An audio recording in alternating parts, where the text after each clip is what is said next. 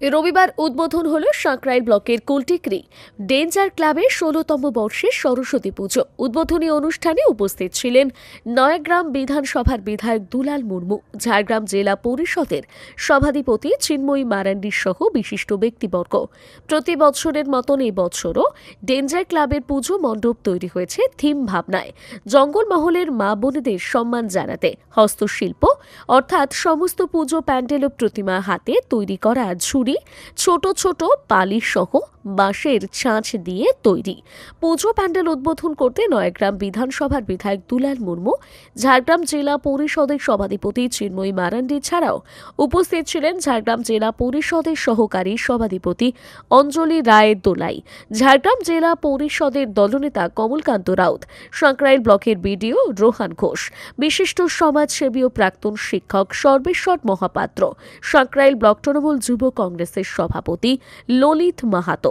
এদিন পুজো প্যান্ডেল উদ্বোধন শেষ এলাকার সবুজের পাঠশালা ছাত্রছাত্রীদের হাতে কিছু পাঠ্য সামগ্রী তুলে দেওয়া হয় ক্লাবের পক্ষ থেকে। উদ্বোধন হলো আমাদের ১৬তম বর্ষ, পুজো উদ্বোধন হলো ডেঞ্জার ক্লাবের সরস্বতী পুজোর। আজ এই উদ্বোধনে আমরা কাছে পেয়েছিলাম বিশিষ্ট গুণীজন, এমএলএ ও বিশিষ্ট সমাজসেবীদের।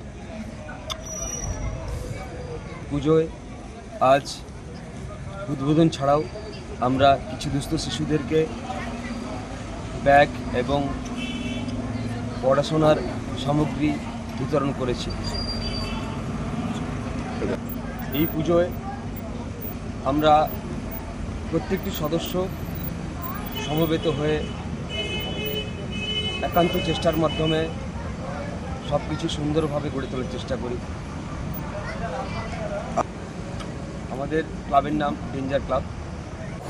মেদিনী আই কেয়ার অত্যাধুনিক চক্ষু হাসপাতাল, কেশিয়ারি কৃষক বাজারের নিকট, যেখানে শঙ্কর নেত্রালয় চেন্নাই এবং এলবি প্রসাদ আই ইনস্টিটিউট হায়দ্রাবাদ থেকে ট্রেনিংপ্রাপ্ত আই স্পেশালিস্ট রয়েছেন।